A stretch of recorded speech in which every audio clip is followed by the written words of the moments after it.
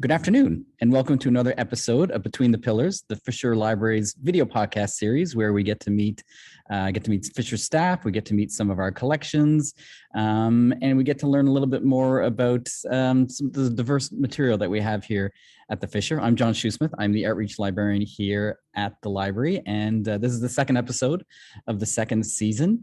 It's Friday, October 29th, Halloween weekend. We're not doing a Halloween themed podcast this time around. Maybe we'll do it next year. What we're going to do instead, we're going to introduce my colleague in a minute, Leora Bromberg, who is going to be talking on the subject of natural illustration. So first of all, welcome, Leora. Thanks for appearing with us today. And so Leora's had, like so many of others that have worked here at Fisher, she started off as a student, and she was a talent student here at Fisher going back to, when did you start? What year, do you remember? 2018. 2018, okay. And I also love to ask this question of everybody that appears, especially if they were a student. Do you remember the first thing you actually worked on here at Fisher? Yeah, so as a student, I started off working with gifts and donations, which was really cool to see kind of the behind the scenes of what's coming into the Fisher. And I think the first collection was a small collection of penguin classics that I had to list and prepare for the appraiser. So I wonder where they've ended up, but yeah, they were a small collection of penguin classics.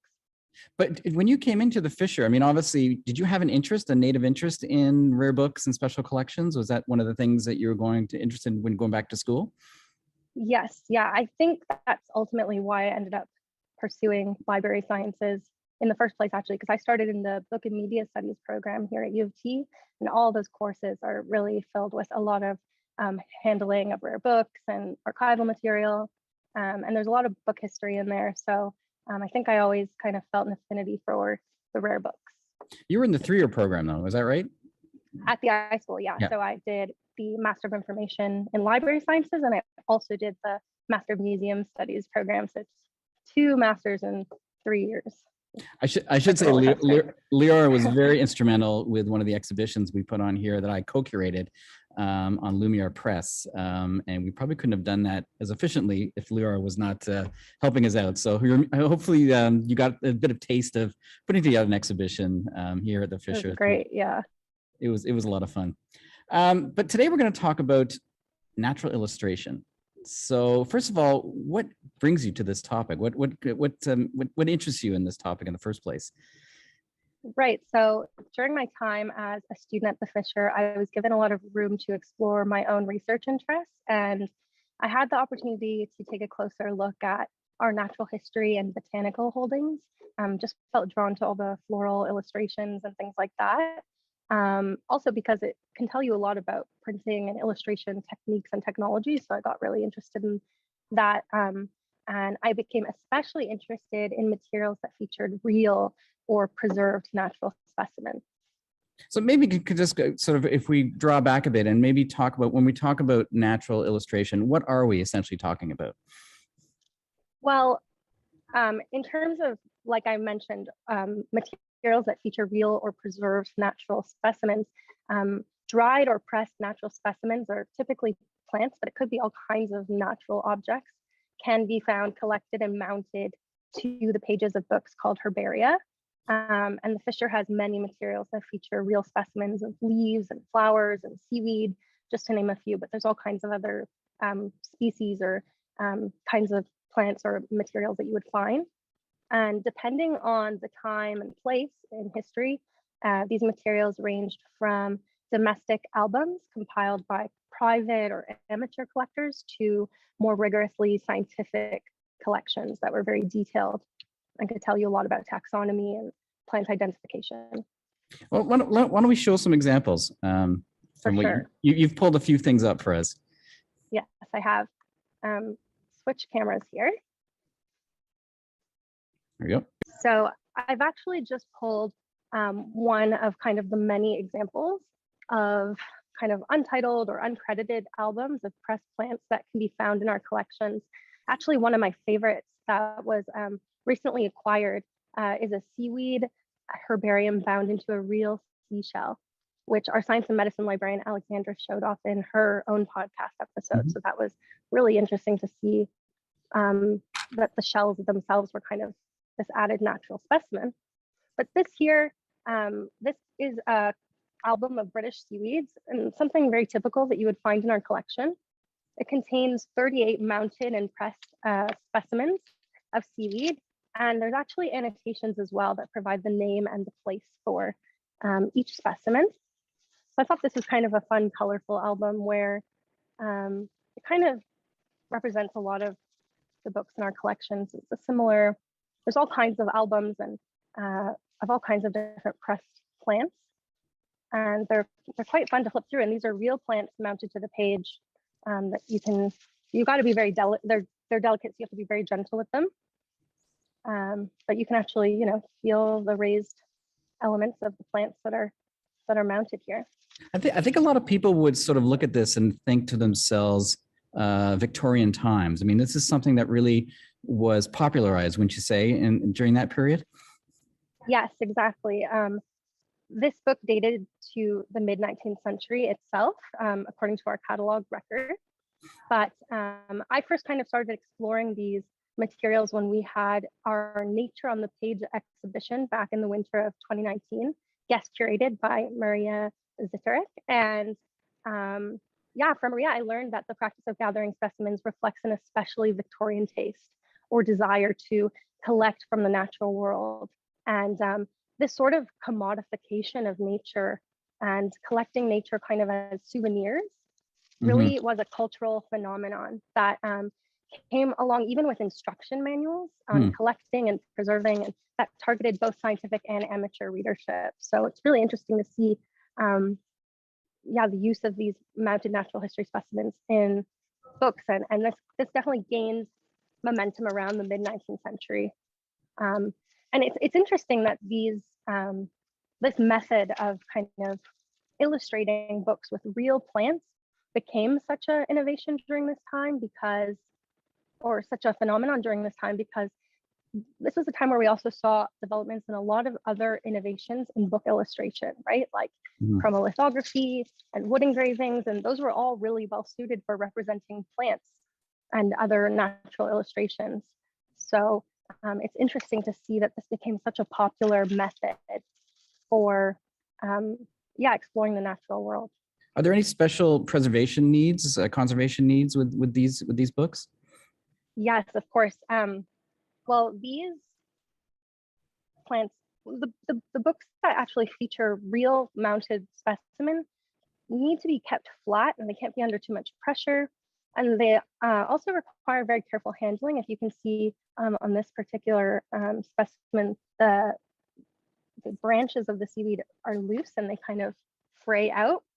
So I have to be quite gentle with them in handling and also in storage. So these kind of books are kept flat. So even though they're not, they're kind of kept among our largest items that don't fit upright on the shelf. And even though these aren't maybe necessarily so large, they need to be kept flat so that the plants are not, you know, any loose parts might trickle down or get lost. So yeah, they require extra attention, and you know, they've got lots of extra protection in the books kind of built in. And to give one other example too that you want to show us. Yes, absolutely. So this is kind of already considered natural illustration to place plants mounted onto the page. But we could take this a step further if we look at illustrations that are kind of arranged more intentionally. So there aren't a ton of examples that I found in our collection of this. I'm going to zoom in a little bit more to that. But for example, this book of Flowers from Jerusalem, it's an album of mounted pressed flowers, and it takes this concept maybe a step further, where the objects are actually, the natural objects are actually placed on the page in an illustrative way, and it becomes this artistic image with plants and translated into these new visual forms. Sometimes it might be more true to like a bouquet or a kind of natural form for these plants, but it could also kind of represent shapes or landscapes or just different aesthetic arrangements that that the artist desired. So What time frame is this book? This one. I'm actually not sure. I think it's around the same time. Let's see if it says on the title page. No, it doesn't say the date on the title page.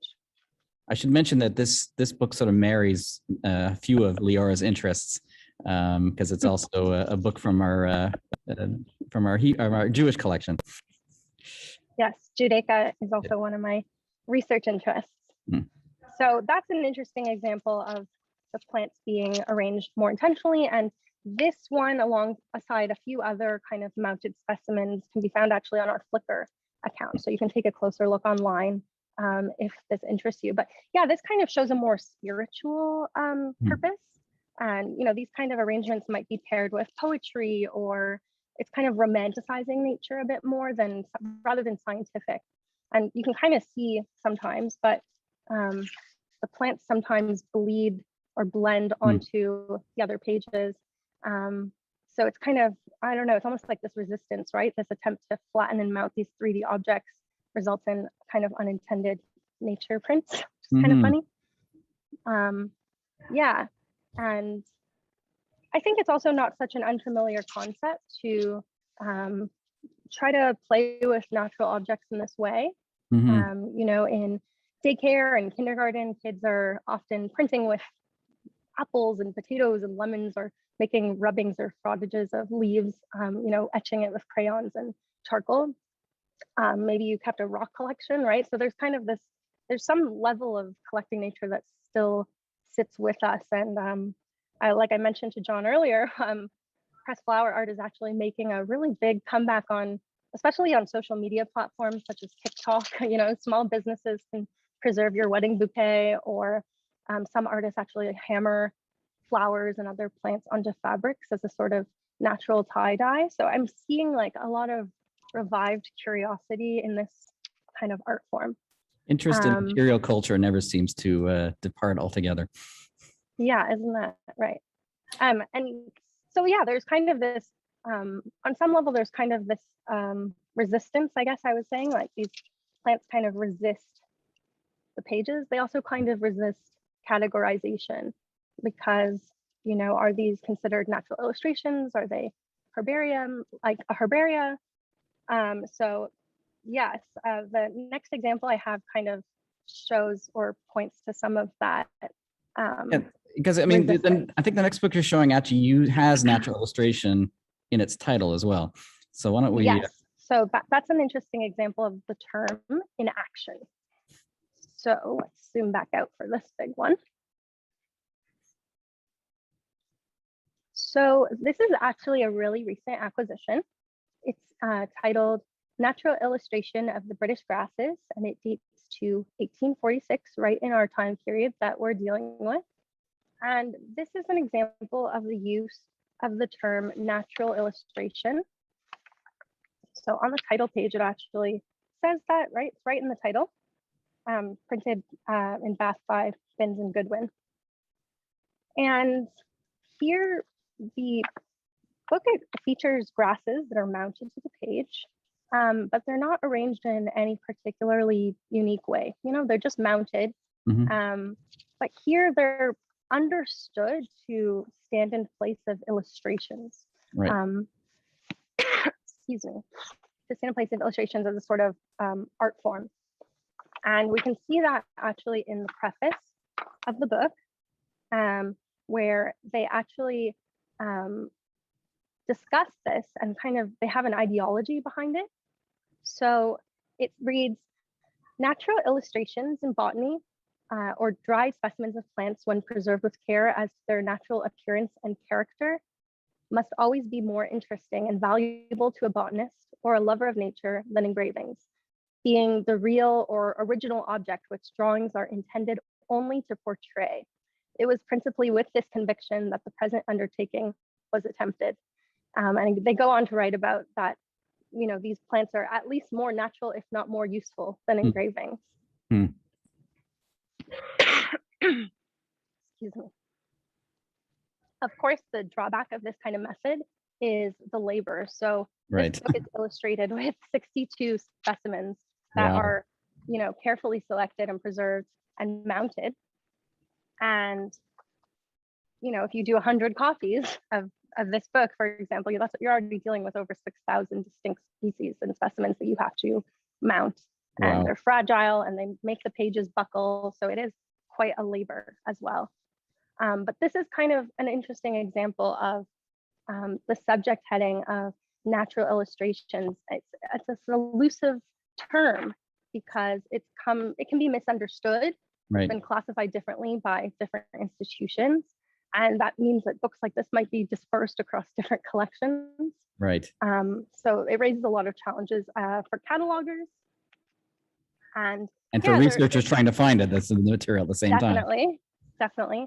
And they're also unique objects that kind of, like I mentioned, resist any strict categorization. Right. Are these prints? Are they illustrations? Are they herbaria? How do we describe them consistently?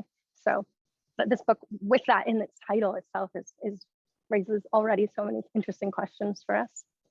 For those that are interested, actually, our science and medicine librarian, Alex, did write about this on our blog about 2 or 3 weeks ago, if they want a bit more information about it. Science Literacy Week. Yes.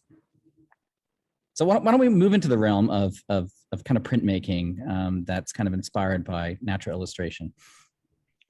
For sure. This is something that's been really interesting to me because as I hunted through the collection for these, I couldn't believe that these were really prints. This, what I'm looking at, is I'll actually just show you the title page to start. Let's see if that helps. Mm-hmm. So this is Thomas More's The Nature Printed British Ferns, being figures and descriptions of the species and varieties of ferns found in the United Kingdom. And this one also, we're looking at the mid-1800s. If you can see down here, it says 1859. And this one's printed in 2 volumes. And so we're seeing this term nature printed, the nature printed British ferns, nature printed by Henry Bradbury. So these were the 2 volumes. This is just the first volume that I pulled, but they were published between 1859 and 1860. And the 1850s were apparently kind of the peak of the nature, kind of the peak of the Victorian fern craze. And apparently this man, Thomas More, was kind of at the center of this fern craze. So Henry Bradbury, he was the son of William Bradbury and Evans, that are the printers here listed on them, or publishers rather. And early in his career, Henry Bradbury traveled to Austria to visit the Viennese Imperial Printing Office, responsible for inventing and patenting the technique of nature printing. So this technique was actually perfected by Bradbury, in a manner of speaking. It had a patent, and then even though it was someone else's method in Austria, he kind of had it patented for himself in England. So there's maybe a bit of drama there, but he was eager to advance this new technology, and he designed, this technology that was designed to print natural objects. And then he hired Moore to write the text for an illustrated work on ferns. So this was his first publication with nature printing. And so here's some examples of these nature printed ferns. And like I said, when I opened it, I couldn't believe that these were actually printed. I imagined nature printing as more, what's the word, kind of barbaric, or just inking the plant and pressing it onto the paper, which we do see examples of in many collections. But it's actually here an actual printing process that could use any natural objects, whether it be plants or rocks or animals. Of course, it worked really well for these flat objects like leaves. And in this case, the natural objects are put under pressure between a hard plate of steel and a soft metal plate of lead. And it makes an impression into the soft lead metal plate. And when the leaf is pulled out of the plate, you're left with all these fine details of the leaf. And from that, they would actually cast an electrotype, so a copy, and create an intaglio plate that they could use then to print it kind of en masse. A plate that was essentially just stronger Right. And they use these inks, these brown and green inks to make them look, more like their plant selves, their original colors maybe. Right. And you catch all this amazing detail. And I think the method was actually used on textures like lace and that sort of thing before. So things that were very detailed. Right. And you could make kind of a lace sample book, or you could document all your favorite ferns that you've collected. So what's interesting about this is that no two copies are presumably the same, right? There's this fragility of each leaf that allows only for one impression to be taken. And each plate would be totally one of a kind and capture all these fine details. And sometimes it's actually possible to kind of feel on the raised surfaces, there's kind of, you can feel like the mud at the end of the stem and that sort of thing. So I'll actually show he printed another copy of, or not a copy, he printed another attempt with different plants, this time British seaweeds. You can see it right on the cover, really lovely, nature printed. Beautiful. This term comes to us all gilded. And we'll flip over to some of the seaweeds and these ones as well. There's a lot of texture on the page, the raised surface of these specimens that became plates to be printed over and over again. Wow. And I believe he may have printed a couple other kind of larger folios, and mostly ferns and seaweeds that he worked with. And he had a quite Henry Bradbury had quite the short life, so his technique kind of ended with that. But they're really wonderful to look at and to imagine that these were made from real plants he's documenting for us. Amazing. Do you have anything else, or? Yes, actually. Just showing a bit more of those. Yeah, the other thing about this, actually, I'll say before I flip to our last example, is that it seems to be kind of these sort of books seem to be in direct competition with botanical books illustrated using lithography or other methods, like I mentioned earlier. And so this, like the example of natural illustrations of the British grasses that we looked at just previously, is kind of based on this belief that we should leave art to nature, that it's impossible to accurately or perfectly reproduce botanical drawings either by hand or by engraving. Let's just copy straight from the plant and we'll have the best result. And no one can beat Mother Nature at her own art. So yeah. But these books have a large print run or fairly small, do you know? I'm actually not too sure how many he printed. I wouldn't expect it to be very large, but like I said, it was printed in several volumes. So this, the seaweed prints were, these volumes were printed in 4 volumes, and the ferns were printed in 2 volumes. So already you're dealing with kind of a large print run, even if you're not printing so many copies.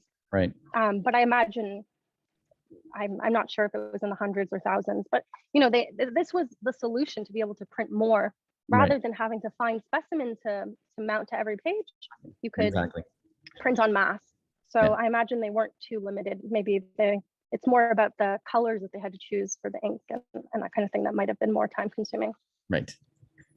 So we do have one more example. Bring that one over.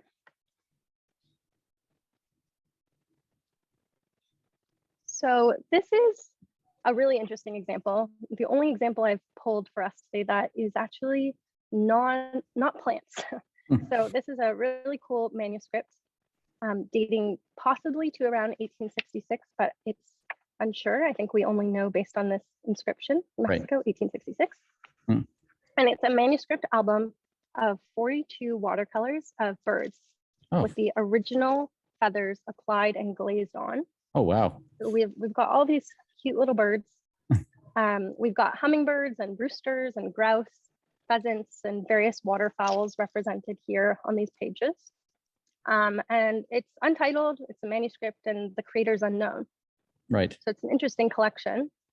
And each bird is kind of transformed into a one-of-a-kind object. Once again, we get this unique snowflake effect with the added layer of bird feathers that's applied on top of the paint, which is, like I mentioned, watercolors. Right. And it adds a lot of interesting texture, but apparently it was somewhat unconventional because some of the birds are, they're not just in static profile necessarily, but they're interacting with their environments, or they're in flight, or they're in motion. Maybe there's another bird next to them in one of them. They're, perching on branches, and these actions in combination with the feathers adds kind of this iridescence, or a sense of liveliness and movement to these birds. They don't feel too static on the page, which is really, really cool. They don't identify the Some bird? are very small. They actually don't, but we got a sense of overall, actually in the catalog record for this item, it mentions those different birds, but I guess it must have been the cataloger identifying them. Right. But yeah, there's no labeling. I guess they're purely for the art. Oh, I think we've maybe lost the connection to the camera. Don't know how that happened. There we go.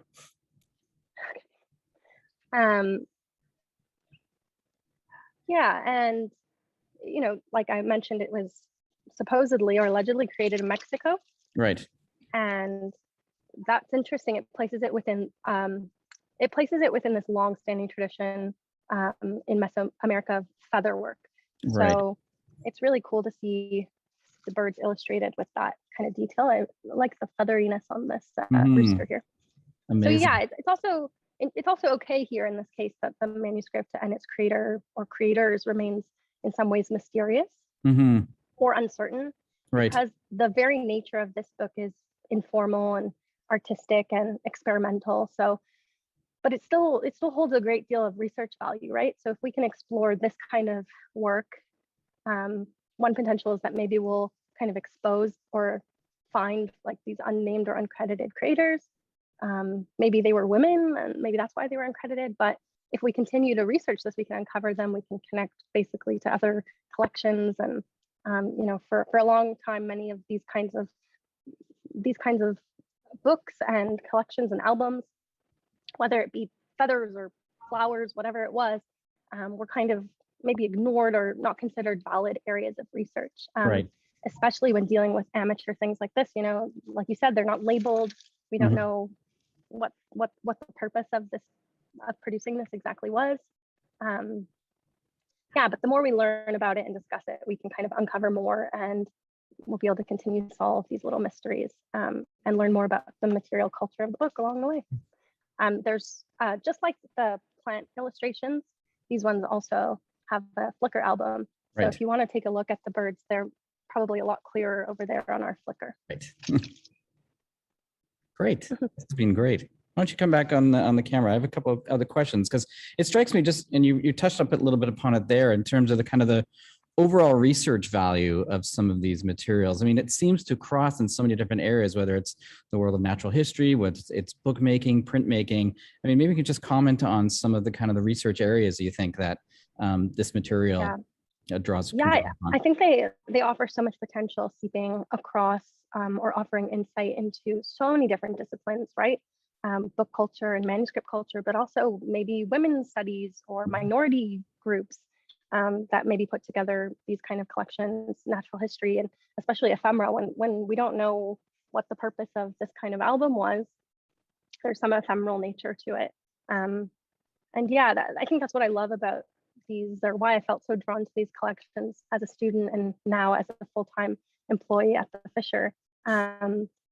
It's kind of this unique or one-of-a-kind nature of it that, this is the ultimate rare book. Every time you look at one of these albums of mounted plants, there's a snowflake effect. Each one is unique. No two are identical. And I find that very curious. And the other side of it that I find really interesting is that, in a way, it's almost like it's reuniting these natural and organic materials back with books themselves. Like this idea that it kind of it reminds us that books are actually made of natural objects themselves, right? From the paper to the ink to the cloth or leather covers. These books are also natural objects, or maybe specimens in their own right.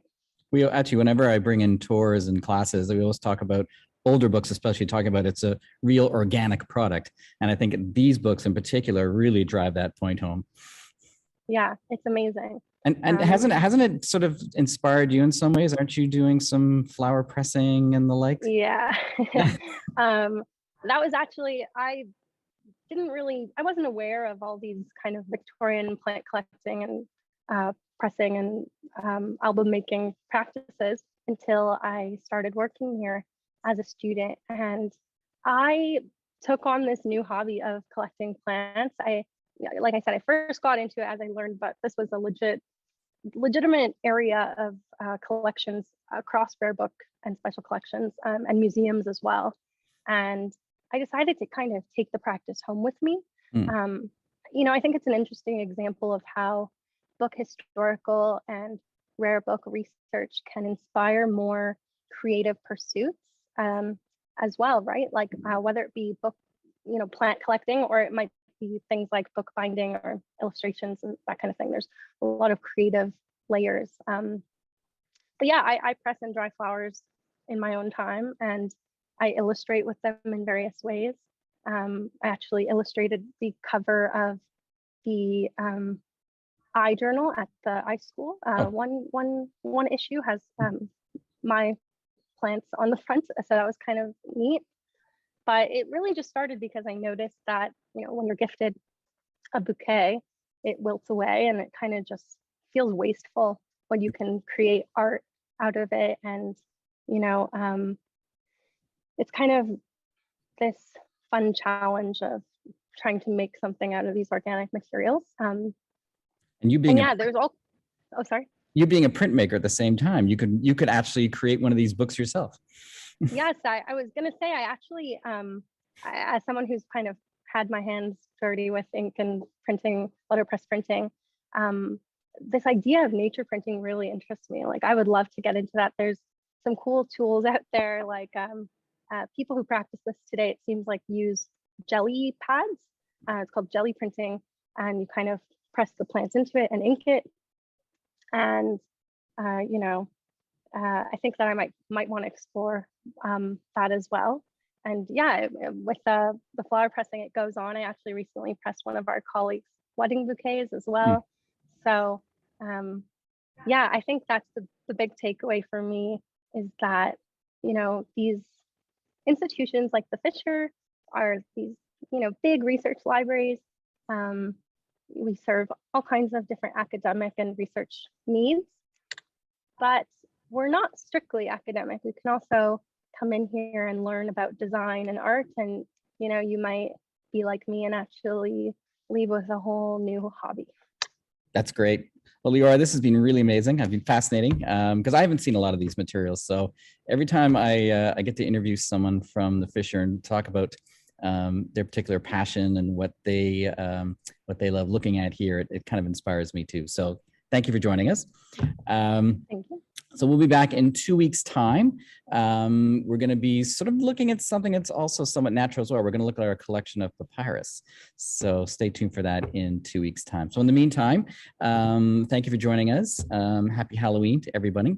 And we will see you in 2 weeks' time.